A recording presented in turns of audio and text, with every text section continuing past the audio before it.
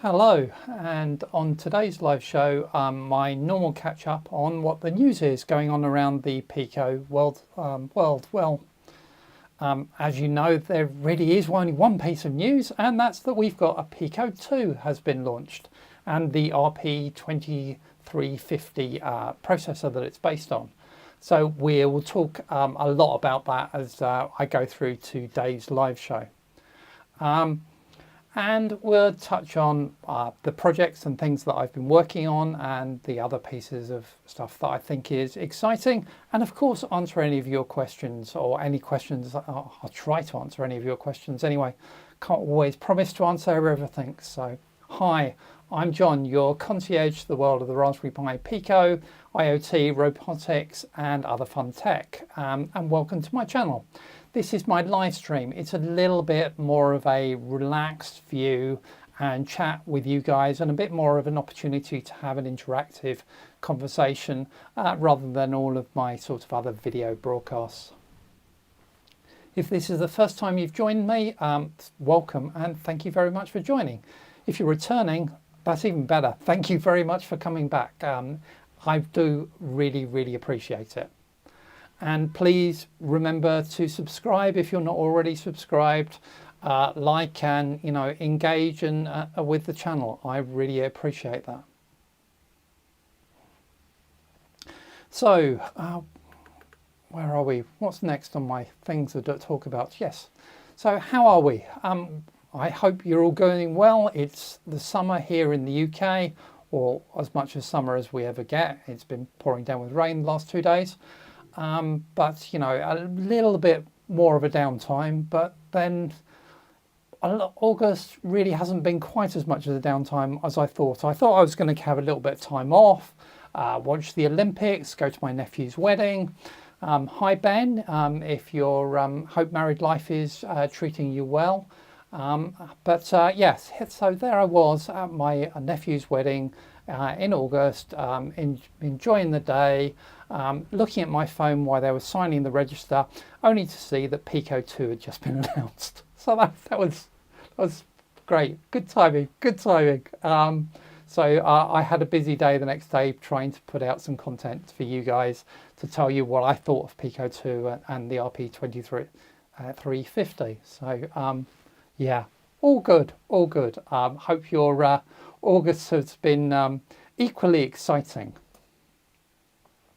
So what's on today's agenda on this interesting live show? Well, normal agenda really. So to talk around the Pico news, what's going on and what I think is worth being aware of. Projects that I'm working on and projects that I've seen in the community that I actually think are worth following and looking at. And then what's going on around my channel, what's my plans for the channel coming into the autumn. I'll talk a little bit about that, and then we'll do a little bit of Q&A as well, and opportunity to answer any of your live chat as well, and any questions that you've got, or take comments or thoughts. All welcome and open. So yeah, so let's get on to the news. So what is the big news that's happened since I last talked to you in a live stream? Well, there's only one bit of big news really, isn't there, which was the Pico 2 and RP2040. Well, we all knew it was coming. I've talked about it being coming about 2 or 3 of these live streams ago. It was pretty signposted it was going to happen. I didn't know it was going to be whatever it was, 12th of August, but oh well. Perhaps I should have been following a little bit more closely onto the GitHub updates. I might have spotted it, but yeah, that's when it was out. So it's there. If you haven't seen it, I put out the next day a nice video talking all about the features of the Pico 2 and RP2040 and the things that I think we ought to be aware of going into it. And they all look pretty good actually. By and large, there's there are not that many negatives on it. So it all looks like good stuff. Go have a look at that video if you haven't. people actually quite liked that video. It's got very quickly over 100 hours of view time, which is nice for one of my videos, and for this area, because Pico development is perhaps the outlier of the most exciting stuff on the internet. You know, this isn't a sports channel, this is tech, and you know, it's not always the most exciting world, I know, but actually there's some good stuff on that, so go look at that if you haven't seen it already. And if you've been hiding under a rock and you haven't heard anything about the Pico 2 and the RP2040, well, or 2350, sorry, I'll get it right. I'm getting used to it. Then, well, what is it? Well, it's compared with our friend, the Pico and the RP2040, we've got much higher clock speed. We've got twice as much RAM. And that actually, I think, is a big deal, because the amount of RAM on the original RP2040 was a little small at 260 K. We've got over twice that, so that's good. We've got some security features. Now, I know I've seen people talk about, you know, trying to get these things out as real devices to sell them, and being concerned about the code that is on them being their property and their IP, and being able to lock that down and secure it. Well, we can now. We've got some nice security features, so we're able to put fuses on there to prevent people reading back data. We can lock what updates can be put on, and so that, you know, updates can only come from a certain source and be actually added onto the Pico. So there are some great security features and some accelerators for things like SHA-256, though that I think is going to be more useful when the Pico 2W launches around Christmas time. And there are some updated interfaces, things like PIO, which I really quite like. And we only had 8 PIO ports available to us, or machines available to us on the Pico and the RP2040 in 2 banks. Well, now we've got an additional third bank, so there are actually 12 PIOs available to us. And we also have this high-speed serial interface, though it's only out, but it can put 8 bits in parallel at 300 megahertz. This looks really useful, probably for video generation and pushing out of video, I suspect, is where the use case will mainly be. But good stuff, not a nice peripheral to have on there. There are other things that are interesting on there that I must admit I hadn't quite picked up on until I started playing with the SDK a little bit, and noticed that actually there's no real-time clock on the Pico 2. That's not so bad a loss. The real-time clock on the original Pico wasn't really much of a real-time clock in my view. So I've in a number of projects I've ended up using external real-time clocks, so not that worried to lose it. We've instead got a always-on timer, which is fine actually for most use cases. I think that will be absolutely good. But yeah, there are a few little peripheral changes and things, but that's what was really in there. Go have a look at that video, and I will be putting out some videos showing the Pico 2 and 2350 boards over September, October time. My Pico 2 board turned up yesterday. Finally, thank you Royal Mail. It took it a whole 7 days to send me something that on next day delivery. But oh well, never mind. I'll do some stuff on that.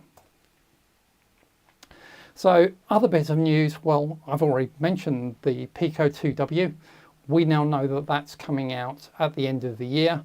Whether that's announcement at the end of the year or actually availability at the end of the year, I don't know. I suspect it's going to be, here's the spec and details, now order it, and you might get it sort of February, March time, but we'll see.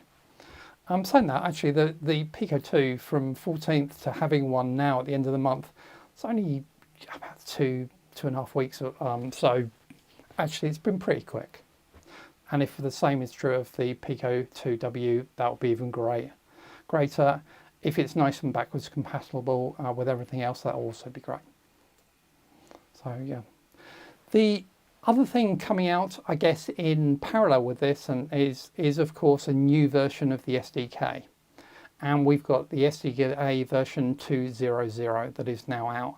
And by and large, most of what's in this update is actually about the RP2040. So you've got all of the new services like, the boot lock and security, the power management. Oh yeah, there's quite nice new power management on the RP2040.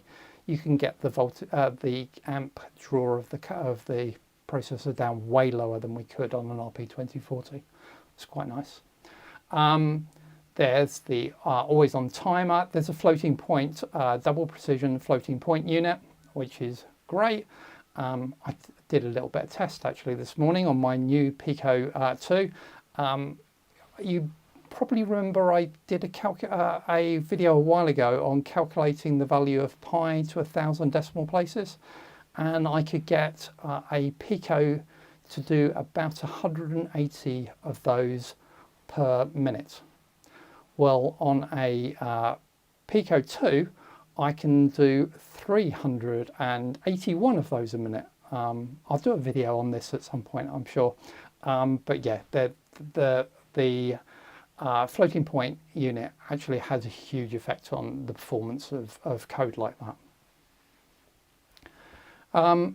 If outside of the world of just the RP2030 and Pico 2, there are also some other things in the SDK 2.0.0. One is for the Pico W. So if you're using a Pico W and you're using WPA connectivity and version 2 to connect to your Wi-Fi, like most of us do, well, we've now got WPA version 3 support available on the Pico 2. They've also put in consistent support for the Pico RP2040 and Pico 2 RP2350 for FreeRTOS kernel. And they've done that by creating their own branch of the FreeRTOS kernel, and there is a new repo in Raspberry Pi space with that in there. And the final real change is a slight change to the build process. When we've all built binaries, we all build ELF binaries and UF2s. And you probably know UF2 is actually derived from the ELF. It's a processing of the ELF binary that goes on to, and we had a utility called ELF2 UF2 that did that. Well, actually that's being ditched, and the Pico tool utility is going to be used instead.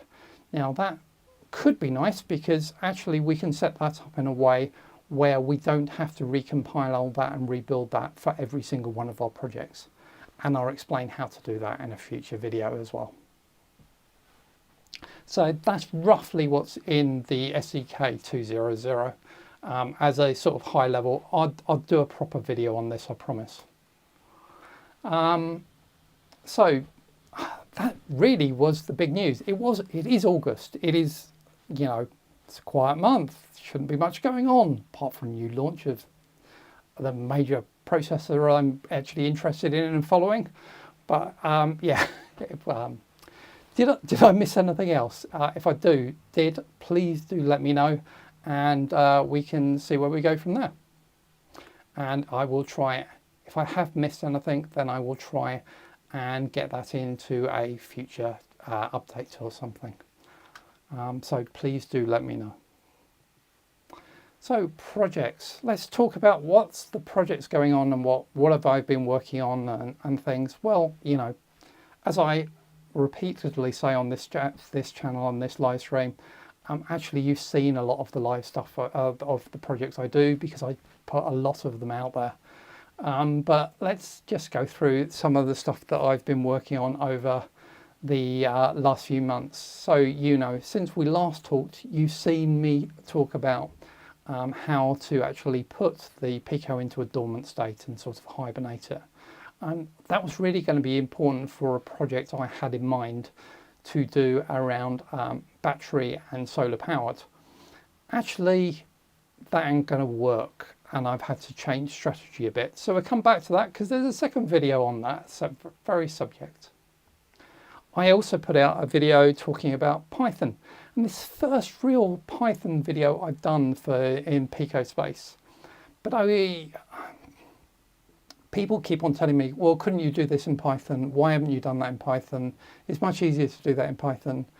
And for some things, it is easier to do it in Python. For some things, it's not. And you can get much better results in C and C++. So I wanted to do a little bit of comparison and sort of say, look, pick your tool. Python's great. C and C++ are great. Other languages are great too. We need to be conscious of what is the right tool and the right way of doing things for us, based on our skills, where we're up to with our abilities, and what is the right tool to actually solve this problem. I've had a bit of a knockback from some people on that video. They felt I was knocking Python a little bit too hard, because I compared how many times Python could calculate the value of pi to 1000 on an original Pico, to which the answer in a minute, to which the answer is once. It takes just about 37 seconds, something like that, to calculate pi to 1000 decimal places. So that's, yeah, it's interpreted languages, they're different. But there are other things like, doing web services, which is actually much easier to do as a client on Python, though you wouldn't be able to do all the background processing stuff that I am able to do using my approach to doing those in C and C++. So, swings and roundabouts, no. So we also went back into the world of sleep, and I looked at the sort of deep sleep approach to the Pico.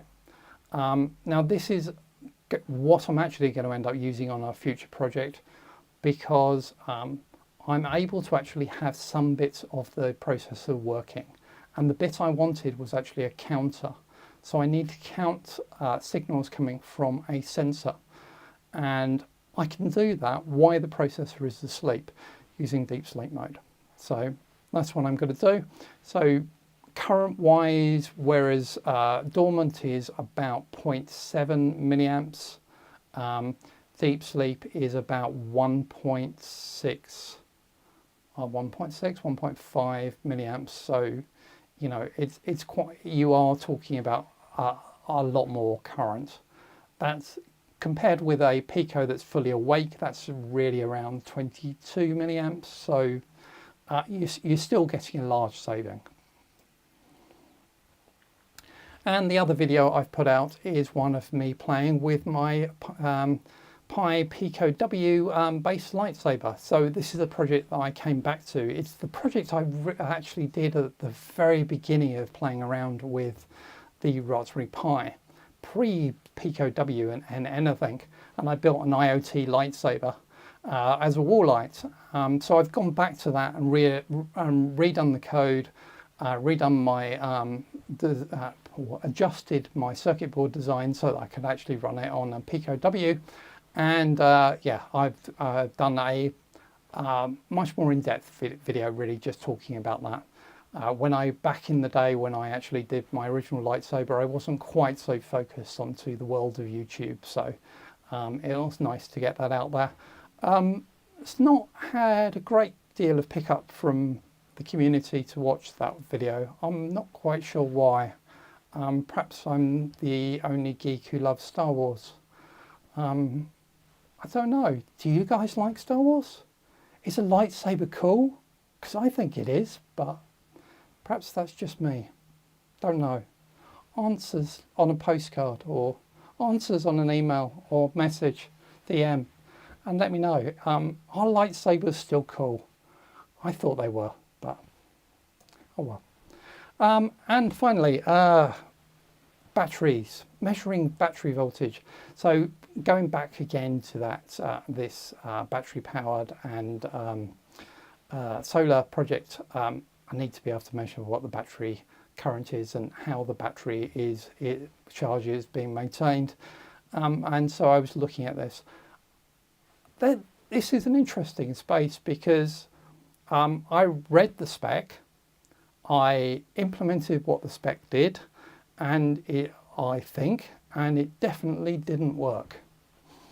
And then I went and looked at the example and from Raspberry Pi, and I reproduced what they did in their example, and that definitely does work. But I've reviewed the code several times, and it and the spec do not seem to agree as far as I can see. So yeah, not sure I quite understand it. But on the other hand, I have functions that will actually measure the voltage, and that's the important bit. So those are the real projects I've been working with that you've seen. The stuff that you haven't seen is the stuff I'm doing towards the weather station, which is actually what that solar and battery power project is going to be. There's quite a lot in this, including getting a board built, building cases for it. There's quite a lot of components and sensors that's going to have out there. So I think we're talking about a dozen sensors on board. So I'm probably going to end up doing several videos talking about this one, and I'm just trying to make sure that I can get to the end of it, and that I'm not going to get to a point where I'm going to go, oh yeah, and well, I told you about most of this, and the rest of it not going to work because I've actually found a brick wall. So I'm trying to get myself through that so that I can then wind back and tell you all about it in probably several videos, but that's coming soon. And the other thing that's coming soon is me talking about one of these, which is Waveshare's RP2040 Touch screen. It's basically a RP2040 and a TFT touchscreen that's about 26 millimeters square. They're really quite nice. Libraries are what you expect, not brilliant, but yeah, and look, it's got a button on it. You can push the button. Oh God, yeah, John, you pushed the button. Well done. So yes. Now, a better demo of that is by a guy called Daniel Weinzek in Germany. And he's sort of built an entire, basically, watch screen based on this and running on the RP2040. It's really nice demo, really shows off the hardware really, really well. Recommend going and having a look at his project. It's a nice piece of work. He didn't use most of the libraries, he's rewritten most of it, but it's a nice piece of work. Go look at Daniel's stuff. I was very impressed. So, and I've put the link in the show notes. Look at me, I'm calling them show notes now. You know, presentation mode is me. So that's the projects I was going to talk about and the stuff that I've seen. If you've got a really good project, or you've seen someone else's real good project around the whole Pi Pico space, let me know. I'd love to show it on a future live stream and talk about it. Please do get in touch, DM me, drop me an email via my website. You know, find some way to add a comment here. Find some way to contact me, and I can make that happen. So, right, where are we up to now? The channel. What's going on the channel? Well, what's my plans for the channel? Well, I guess, you know, first of all, I always tell you, you know, this is what my broadcast schedule looks like. Thursdays is always the full vlog day. That's where my full video goes out. Normally at 2 o'clock in the afternoon, apart from last week where somehow something went horribly wrong and it didn't, and I sent it out on Friday. On the other hand, putting it out on Friday seems to have really increased the viewer rate, so it's possible I might be changing the date at some point, but at the moment They go out Thursdays, 2 o'clock in the afternoon, UK time. Then the following Tuesday, there is the 3-minute summary version where I can get it down to around about 3 minutes. It won't have all of the content. It won't have me taking all of you through code. It will be very much a constricted version of it. But if you want a quick scan through, see what it is, understand it, see if you really want to spend the 10 or 15 minutes that my full videos are, then, you know, it's a good way of doing it, I guess. And people seem to like them, I must admit. And then Sundays, well, once a month, they're going to be a live stream. And in between, there may be shorts. I took August largely off of producing shorts because, well, shorts are different. They're a minute long. It's very difficult to get any content and real description of what you're trying to do into that 1 minute. They're I guess tasters really, and I'm not sure I've quite got the format right. And right now my target around the channel is to get to the full partnership level with YouTube, and that means getting 4,000 hours of content watched in a year. And that's quite a significant number for a really minority interest space like ours. So most of my focus is taking the time to actually produce quality content that actually you guys will watch and consume so that we get to that number.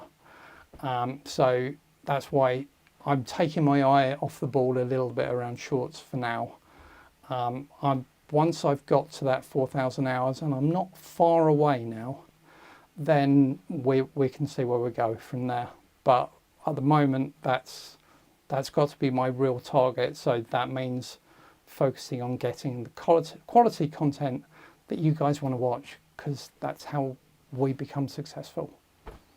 And, you know, to be honest, actually, I enjoy that bit. The fiddling to making something really short look good is hard work. And for me, at the moment anyway, perhaps things will change over time, but that's what I'm up to. So what else? Super thanks. So the tier I'm on at the moment, we have this extra feature on YouTube called Super Thanks, and Super Thanks lets you give me a tip for the great stuff I'm putting out.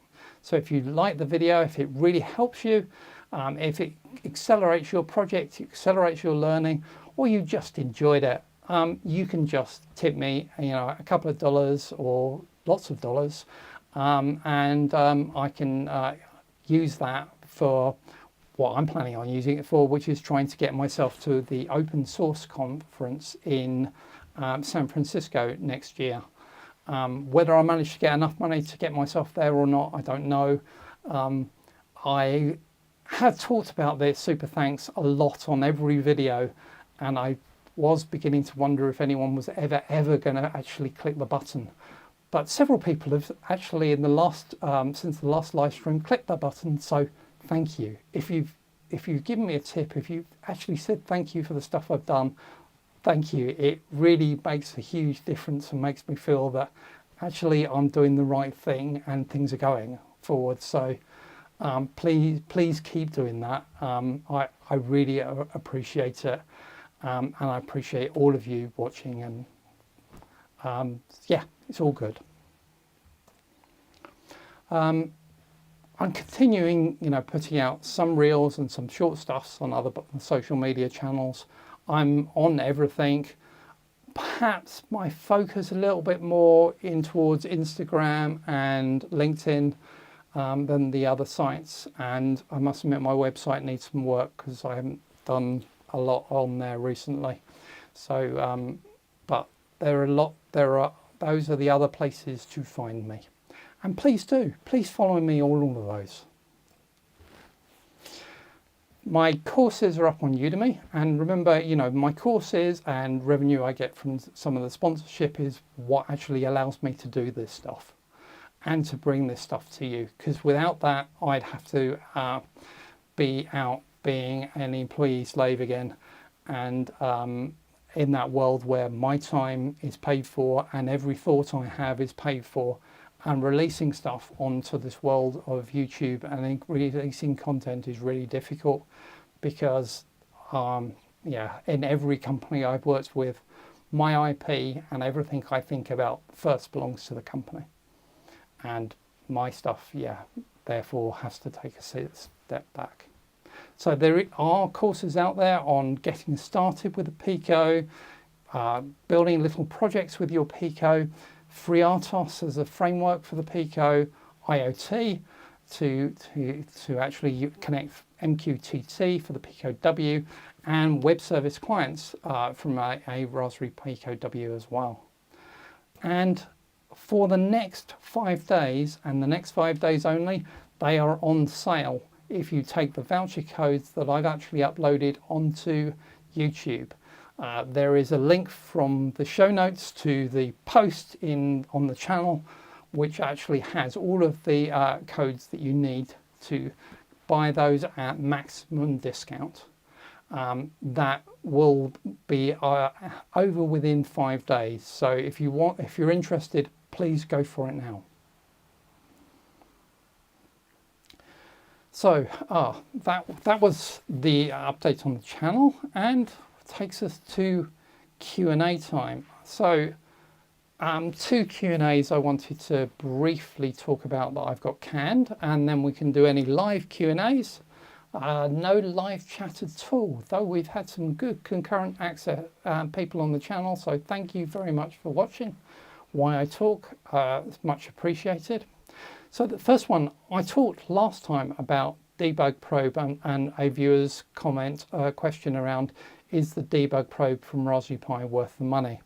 And I talked way too much about that. And so let me, and I want to structure that conversation a little bit more. So this week's video going out on Thursday is going to go back and have another look at the debug probe from what I've learned from using it every day pretty much for about the last 18 months.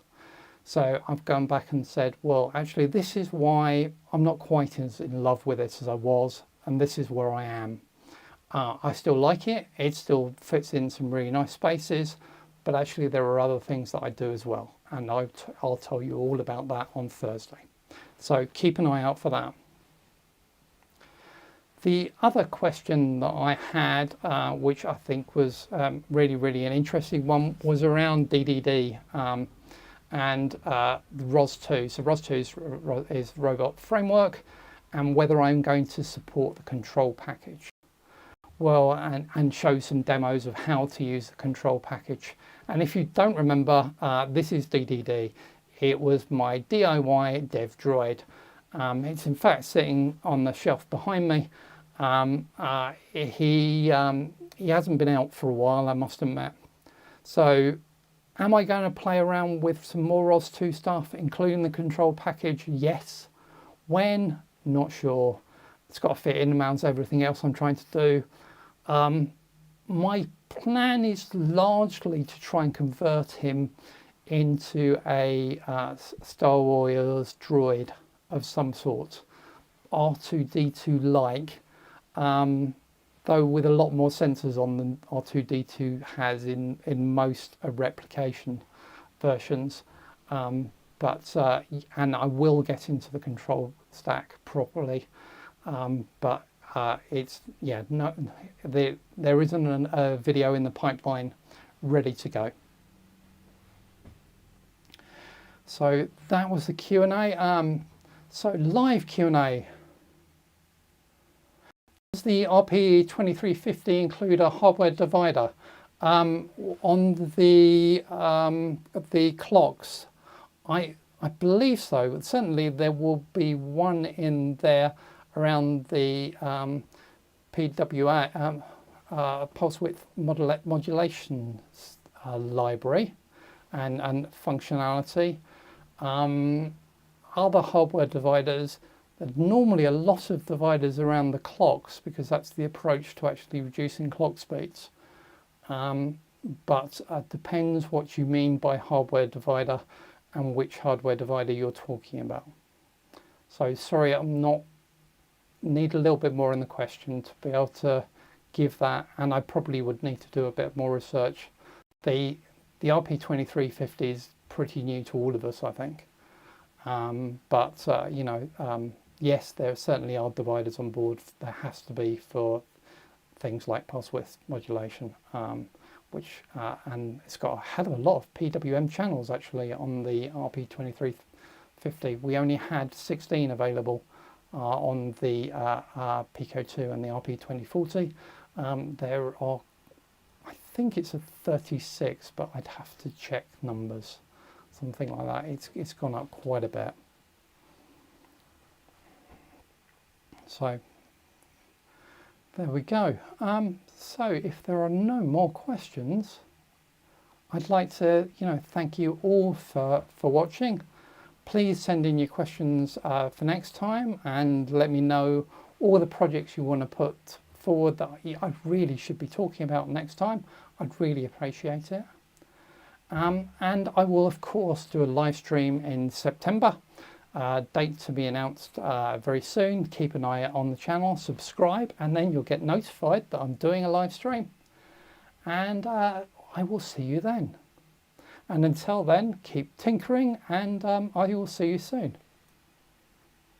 Bye-bye for now.